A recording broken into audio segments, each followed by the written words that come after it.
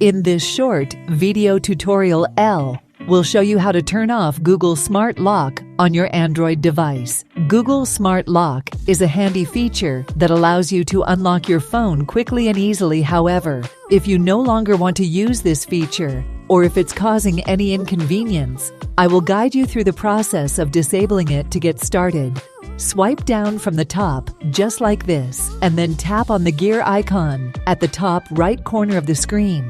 Once you're on the settings page, scroll down until you see an option called Security and Privacy. Tap on it.